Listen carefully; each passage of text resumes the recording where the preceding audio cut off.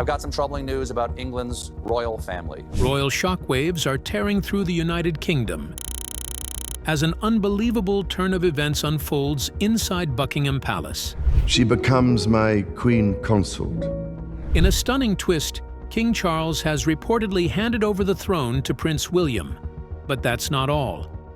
Queen Camilla has been stripped of her royal title, freely. Please let us not become. Leaving the monarchy and the public in utter disbelief. What could have driven Charles to make such a drastic and historic move? Today, we uncover the hidden tensions, shifting royal power, and explosive truths behind this unprecedented royal shakeup. The silent coronation. It happened quietly, almost secretly, behind the gilded doors of Buckingham Palace. A moment that would alter the course of British monarchy forever. No trumpets, no balcony waves, no rehearsed smiles for the cameras. Only a heavy silence that clung to the air like fog. Inside the throne room, King Charles III sat with a stillness that betrayed the storm within him. Then, in a slow, deliberate motion, he rose and extended the crown toward his eldest son. It wasn't tradition guiding him. It wasn't pressure from Parliament or the palace courtiers. It was urgency, a deeply personal decision, born not from weakness, but from clarity. The king had decided it was time. With no grand speech or royal decree, he passed the crown to Prince William. The gesture was simple, yet it carried the weight of centuries. Camilla stood to the side, motionless, her face a mask of grace concealing the tremor beneath. For years, she had stood beside Charles as queen, the partner who had endured scrutiny, silence, and storm. But in this moment, she was merely an observer, not queen, not consort, not ruler. Her authority had evaporated in the hush of the throne room. When Charles embraced his son, the court froze in place. Senior aides exchanged uncertain glances, stunned by the quiet rebellion against royal formality. It was a single hug, but in that embrace, 1,000 unspoken words passed between father and son. One king was stepping back, the next was stepping forward. This wasn't a ceremony. It was a surrender, a transfer of power executed not with spectacle, but with intent. Charles's hands remained steady, but his eyes glistened, not from frailty, but finality. He knew this was his farewell. William didn't rush forward. He moved slowly, almost hesitantly toward the crown. There was no hunger in his gaze, only a quiet resolve. His glance wasn't fixed on the jewels or the throne, but on his father. The man who had carried the weight of a crown and now chose to set it down. Duty pressed heavily on William's shoulders, but there was readiness in his silence. A shift had taken place, not just from one monarch to another, but from one era to the next. And standing at the edge of history, Catherine, calm and composed, reflected the strength of the new age she was entering. The monarchy was not falling, it was transforming. Hours later, the palace confirmed what the walls already knew. A carefully worded statement, free of emotion yet filled with consequence, announced that Queen Camilla's title had been revoked. She would henceforth be known as Queen Consort Emerita, a ceremonial name, symbolic but stripped of all power, duty, and influence. Her calendar was cleared, her staff was quietly dismissed, her crown removed not before cameras, but privately within her chamber. There was no outcry, no scandal, only silence. The woman who had once fought for recognition was now being erased with elegance. Her chapter had closed, gracefully, deliberately, completely. And how could a queen, once at the center of storm and scandal, vanish so quietly, leaving only silence behind her legacy? The king's final bow. Before the crown ever touched Prince William's head, before the cameras could flash or the whispers spread beyond palace walls, there was one last conversation. Quiet, intimate, and heavy with history. King Charles III requested to to see Camilla alone. No advisors, no attendants, just two people who had weathered decades of scrutiny together. What passed between them wasn't an order, nor was it an apology. It was something far simpler and far more final. "It's time," he told her. Those two words carried the full weight of a reign, a marriage, and a legacy. Camilla didn't argue. She didn't plead. She looked at him with understanding, a kind of weary grace that only those who have lived under unrelenting public eyes could know. Her lips trembled, but her voice didn't. "I understand," she whispered. For months, murmurs had filled the corridors of Buckingham Palace. There were rumors of the king's declining strength, of exhaustion that no medicine could mend, and of his growing wish to step back before duty consumed what little peace he had left. Some said it was about his health. Others believed it was about giving William the freedom to lead without shadows. But in truth, Charles's decision wasn't about politics or planning. It was about peace, his own, and the nation's. He had spent his life waiting for the crown, then years carrying it. Now, he simply wanted the monarchy to endure beyond him. This was not abdication born of failure, but of faith, a father's quiet surrender for his son's future. That final private choice, made not in public spectacle but in whispered honesty, would be felt far beyond the walls of Buckingham Palace. And with that, Charles stepped out of the light. Not broken, not beaten, simply done. The weight of the moment shifted. The room, once heavy with tension, now felt suspended in stillness as all eyes turned to Prince William. The crown, polished, gleaming, almost haunting in its silence, rested upon its cushion. He didn't reach for it. He paused, took a breath, then looked toward his father, the man who had just surrendered everything. There was no applause, no triumphant anthem, just quiet recognition. William walked toward the throne with a slow, deliberate grace. Each step seemed to echo with the footsteps of those who came before him: Elizabeth, George, Edward, monarchs who had carried the same impossible burden. But this time felt different. There was no hunger in his eyes, no hint of triumph, only duty, only love. When he finally accepted the crown, he didn't lift it high or bow deeply. He simply stood, still and steady, as though absorbing the storm that now belonged to him. The air itself seemed to pause, history holding its breath.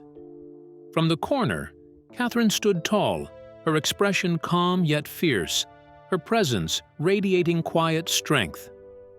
She didn't need jewels or ceremony to command the room. She already embodied the modern spirit the monarchy desperately needed. And somewhere behind the velvet curtains, Camilla watched, the woman once at the center of the story, now fading into its edges. But what made the woman once crowned in controversy become the silent witness to her own undoing? Was this fate or quiet justice? Keep watching. The quiet exit. While Prince William took his first measured steps into kingship, Camilla took her final ones as queen.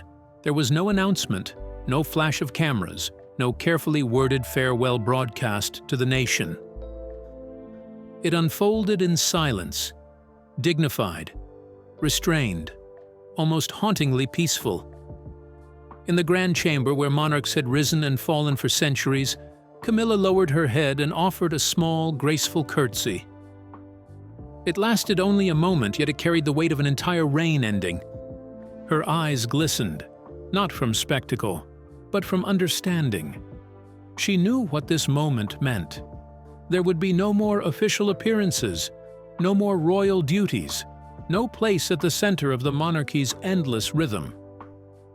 Her title was gone, her authority dissolved, and her name quietly rewritten in palace records. Still, she held her posture with quiet pride. embodying the same restraint that had once made her so polarizing. No photographers were calling her name, no aides hurrying at her side. The long corridors of Buckingham Palace, once alive with footsteps and ceremony, now echoed softly as she walked through them alone. She entered the royal spotlight controversially, but she left it quietly, with the same determination that had defined her journey. Only this time, there was no defiance left in her stride. No need to fight, no role left to defend. Inside the palace, witnesses spoke of her composure. She didn't linger to watch the continuation of the ceremony. She didn't glance back toward the throne that had, for a brief moment in time, carried her name. Instead, she walked out with a steady calm, her figure fading down the marble hall like a memory dissolving into history. Her departure was final, deliberate, and profoundly symbolic. No palace communication referred to her as Queen Camilla again. From that day forward, she was addressed only as Queen Consort Emerita, an elegant title, soft and ceremonial, but hollow in power. A title meant to honor, without including, to remember, without inviting. For years, she had been one of Britain's most debated women, judged, defended, ridiculed, yet undeniably visible. Every gesture, every appearance, every word was analyzed under the harsh light of public scrutiny. But now, that light had dimmed. Her name, once constant in headlines and conversations, began to vanish from view. The public stage that had once defined her existence was now closed to her entirely.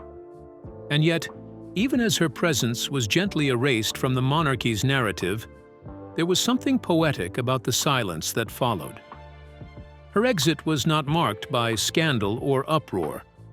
It was measured, graceful, almost royal in its restraint.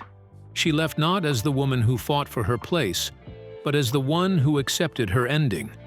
But just before she vanished behind palace walls, one unseen moment rewrote history. What truly happened and why? Stay with us to uncover. The unseen farewell. When the ceremony ended and the weight of history settled into silence, the cameras turned away and the royal crowd began to disperse. The golden doors of Buckingham Palace closed softly, muffling the echo of centuries-old tradition. But behind those doors, something unexpected unfolded. A private moment no one had planned, and very few even noticed. Prince William, freshly crowned and still absorbing the magnitude of what had just occurred, stepped away from the grand halls and applause. His expression was calm, yet thoughtful, as though something unfinished lingered in the air. Down a quiet corridor, away from the formalities and the watching world, he found her. Camilla.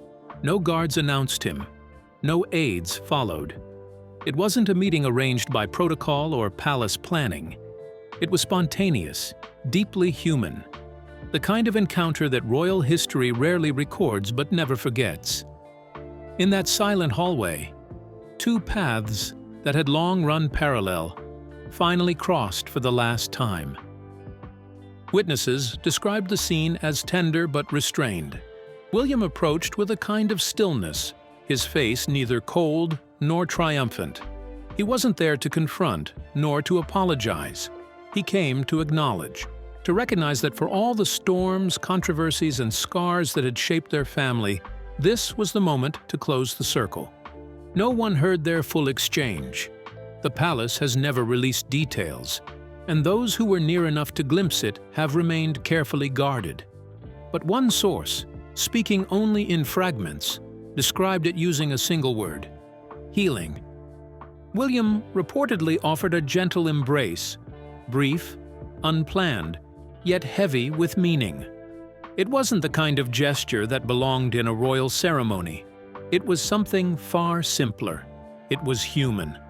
For the first time, there were no crowns, no titles, no expectations hanging between them. Just two people standing at the edge of an ending. Camilla's response was quiet, her voice barely above a whisper. "Take care of them," she said. Those who overheard knew exactly what she meant. She wasn't speaking of herself. Her words carried the weight of a lifetime spent beside a man who had just given up his throne. She meant Charles, and beyond him the family, the fragile institution that had once defined her. The moment passed quickly. There were no cameras, no gestures of grandeur, just a soft nod between two people who had shared the same world but rarely the same peace. When they turned away, it was final. Neither looked back. It was the kind of ending few ever witness, quiet, unpublicized, yet profoundly symbolic. In that dim corridor, the old monarchy and the new one met, not in confrontation, but in understanding. And as their footsteps faded in opposite directions, so too did a long, complicated chapter of royal history. So how did a single silent exchange between two royals, unfilmed, unspoken, unseen, send shockwaves through every corner of the world? Stay glued. The ripple across the world. The moment Buckingham Palace released its official statement, confirming that Camilla's royal title had been removed, the world seemed to stop. And then, almost instantly, it erupted. What had unfolded behind palace walls in silence now thundered across screens and social feeds in every corner of the globe. Within minutes, hashtags like Camilla stripped and New King William began climbing worldwide trends, sparking an online storm that no one could contain. The reactions came fast, raw, and deeply divided. For some, it was poetic justice, the long-awaited culmination of a story that had spanned generations of royal drama.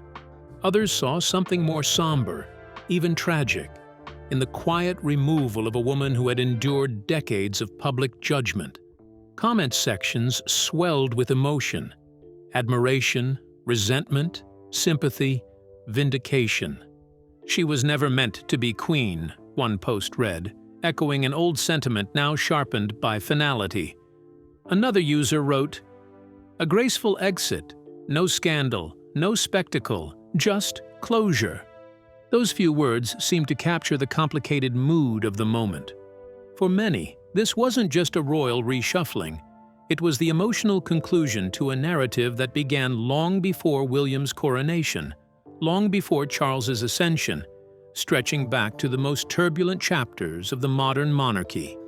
Every memory, every controversy, every tear in that royal story seemed to resurface all at once. Television networks across Britain cut into regular programming, abandoning scheduled broadcasts to cover the breaking news. Royal correspondents scrambled to make sense of it, their voices tinged with disbelief. Commentators on live panels debated whether this was a graceful transition or a quiet exile. International media outlets quickly joined in, their headlines alternating between shock and admiration.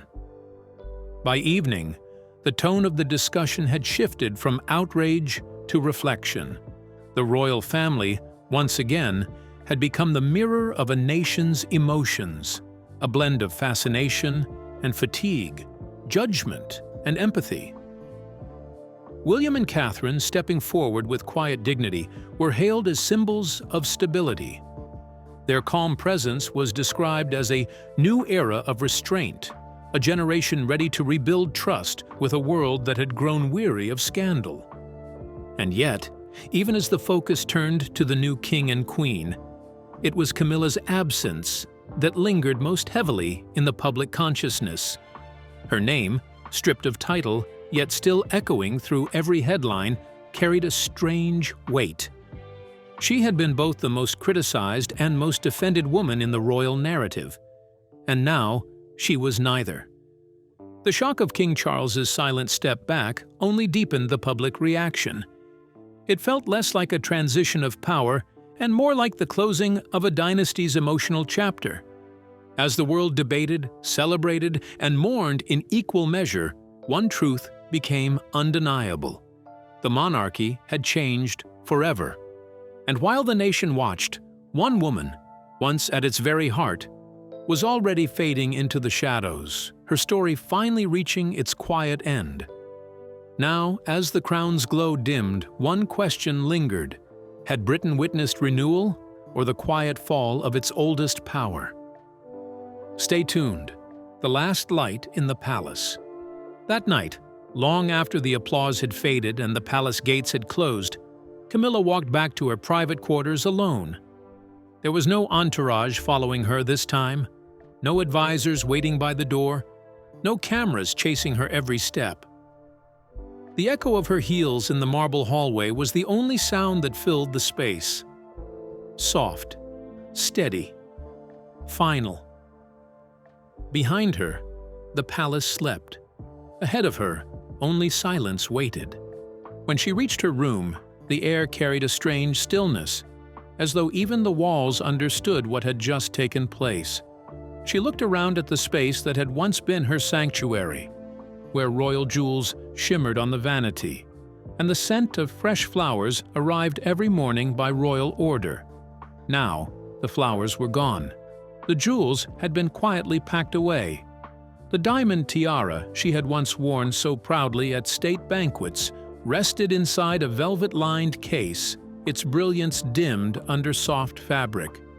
They were no longer hers, not officially, not emotionally, and no longer symbols of her place in history. Insiders say she whispered only one sentence that night. Turning to Charles, who stood quietly nearby, she said softly, "It was an honor, even when it was hard." There were no tears, no dramatic gestures, no resistance, just calm acceptance, the kind that comes only from a woman who has faced storms and learned not to fight the tide. In the adjoining rooms, her personal staff had already begun the quiet work of dismantling her presence from royal life. Her private office was cleared. Appointments struck from the calendar. Invitations, once addressed to Her Majesty the Queen, were redirected. The courtiers who had served her for years were informed their duties had ended. It was as though the world had turned a page, and her name had slipped from the script. One aide described it as a royal vanishing act. Not forced, but final. Everything about it was deliberate, graceful, and deeply private. No tabloid scandal, no whispered feud, no trace of humiliation, only stillness. Camilla didn't linger on the past or demand to be seen. She sat for a long while in silence, her reflection framed by the dim glow of the lamps. The woman in the mirror was no longer the queen the world had debated, defended, and dissected. She was simply Camilla, quiet, unadorned, and at peace with the end of her chapter. When she finally removed her last piece of jewelry, a simple ring she had worn through countless royal events, she placed it on the table beside her and let out a long, steady breath. Her reign had not ended in flames or disgrace, but in stillness. And how does Charles's silent retreat reshape the monarchy's future? Was this surrender or strategy? You won't want to miss this. The king who knew when to let go. When the moment finally came, there were no trumpets, no waving crowds, and no grand farewell speech broadcast to the world. After years on the throne, King Charles III simply stepped back, quietly, deliberately, and without resistance. His departure from power was not marked by a parade down the mall or a ceremonial goodbye. Instead, it was sealed in a private conversation held behind closed doors, spoken in low voices between father and son. It was calm, it was dignified, and it was final. From that day forward, Charles would no longer reign as monarch. His new title, Advisor Emeritus, carried its own quiet symbolism. Not king, not regent, not ruler, but a steady hand ready to guide if asked. It was the title of a man who had chosen wisdom over pride. From then on, he would attend no major state events unless personally invited by his successor, King William. His once powerful voice, a force in global debates on climate, architecture, and social reform, would no longer echo in official settings. The royal seal that had authenticated countless state documents throughout his reign was retired, preserved as a relic of a chapter now closed. It wasn't the end of a reign, it was the end of a presence. Those closest to him say the decision wasn't made in haste, nor was it born from frailty or defeat. It was, as always with Charles, about timing, about awareness, about knowing when the moment had come. He had spent decades preparing for the crown, but in the quiet rhythm of his later years, he began to see something else, the readiness of the next generation. He had watched William not as a prince, but as a man, a husband, a father, and a leader shaped by both tradition and change. In William's strength, Charles saw the stability the future needed. In his empathy, he saw a new kind of monarchy. One that could bridge duty and modernity in ways the past never allowed. And so, with full understanding of what it meant, he stepped aside. He knew the danger of overstaying, of becoming a figure too familiar to fade gracefully. He understood the weight of legacy, the quiet pressure every monarch feels when history begins to whisper that it's time. Charles didn't want to be remembered as the king who clung too tightly. He wanted to be remembered as the one who knew when to let go. There was no scandal, no push from Parliament, no tension in the air. This was not an abdication born of crisis, but a handover born of trust, a transition carefully measured and deeply rooted in love. Love for the crown, love for his country, and yes, for Camilla, the woman who had stood beside him through decades of scrutiny and change. His reign may not have stretched long across history's timeline, but its impact was undeniable. Charles had modernized the monarchy in quiet, lasting ways. He had rebuilt trust, softened old wounds, and served as the bridge between an aging tradition and a dawning future. And as he placed that bridge behind him, a new light rose to meet the dawn. Charles didn't lose his legacy that day. He secured it. So what unseen truth pushed Charles to surrender power so quietly? And how did that single choice reshape the palace? A new rhythm inside the palace walls. The morning after the crown passed to Prince William, Buckingham Palace did not look or feel the same. The shift was almost tangible, a quiet but undeniable pulse that ran through its ancient corridors. The air felt charged, the kind of stillness that follows a storm yet hums with new beginnings. Phones rang earlier than usual, footsteps echoed faster. Conversations, once leisurely and formal, were now hushed and urgent. It wasn't chaos. It was control, not panic, but precision. The monarchy had entered a new rhythm, and no one dared fall behind. Royal aides, many who had served through multiple reigns, moved like clockwork. There was no confusion, no visible tension, only the crisp coordination of people who understood history was unfolding around them. Files were carried briskly. Doors opened with purpose. Memos arrived not by the hour, but by the minute. This was a transition in motion, rehearsed by some, unexpected by many, but unstoppable for all. And then came the first visible sign of change: Queen Camilla's private office. By dawn, the once bustling hub of her engagements had fallen silent. Staff were summoned in small groups, their faces a blend of disbelief and composure. Long-serving aides, people who had stood by her for years through public criticism and quiet victories, were thanked personally. Many were offered early retirement packages or discreet transfers within the royal system. Some simply bowed and left without a word. It was the palace's way: polite, precise, but final. Her public schedule, once filled with charity appearances, gallery openings, and diplomatic receptions, was cleared in one decisive stroke. No gradual farewell, no lingering presence. In less than a day, Camilla's era was erased from the royal calendar. Her charities and patronages were swiftly reorganized, some folded into broader royal programs, Others seamlessly transferred to Catherine, Princess of Wales, who now carried herself with a new, quiet authority that everyone noticed, but no one dared discuss aloud. By mid-morning, the transformation spread beyond Buckingham Palace to Clarence House. Rooms that had once hosted Camilla's private meetings were stripped bare, portraits taken down, stationery removed, personal mementos carefully boxed and labeled. In their place, a new crest gleamed above the doorway, the insignia of the House of Wales. Every file, every emblem, every trace of the old order was replaced with symbols of renewal. Even the smallest details were not spared. The media team underwent an overnight overhaul.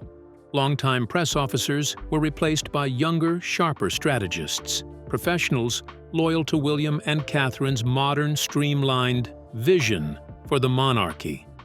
Uniforms were subtly updated, the colors cooler, the lines cleaner, mirroring the couple's preference for contemporary elegance over opulence. What began as an administrative reshuffle evolved into something larger, a full-scale reinvention of the royal machine. William and Catherine now led not just in title but in tone. Every invitation, every statement, every appearance bore their imprint. Tradition had not vanished, it had been reimagined, and by the time the palace clock struck noon, one truth had settled across the royal estate like sunlight breaking through mist. A new rhythm had begun, sharper, quieter, more certain, and it beat entirely to the sound of the future. Now, what hidden message lay beneath William's calm words? A promise of renewal, or a quiet warning to the old guard? The speech that rewrote the crown. Later, that same week, the moment the nation had anticipated finally arrived. King William, no longer the heir waiting in the shadows, stepped into the light to speak directly to his people. There was no golden chair at his back, no robe heavy with history. Instead, he stood against the national flag, the setting stripped of grandeur yet heavy with meaning. It was simple, modern, and deeply symbolic. The message was clear even before he opened his mouth. A new kind of king had arrived. The speech itself was brief, but every syllable landed with weight. William spoke without a teleprompter, without notes, without the trappings of ceremony. His eyes locked onto the camera, steady and unflinching, as though speaking not to millions, but to each individual watching. His words were plain, yet powerful. A new era begins with unity, with service, with love. The silence that followed wasn't awkward. It was reverent. He began with gratitude, honoring his father not only for his reign but for something rarer still in monarchy, the wisdom to step aside.